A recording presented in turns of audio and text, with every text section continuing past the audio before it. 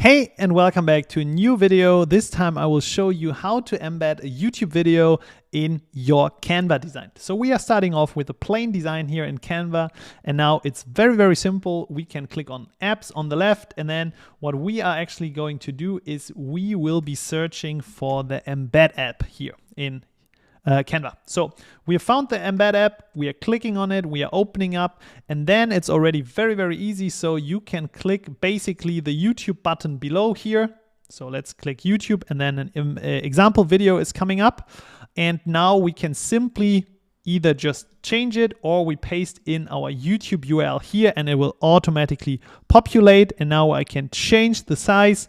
I can play the video if I want later on, and hey, and welcome back. This is basically what it looks like to embed a video in your Canva designs. Hope you liked the video.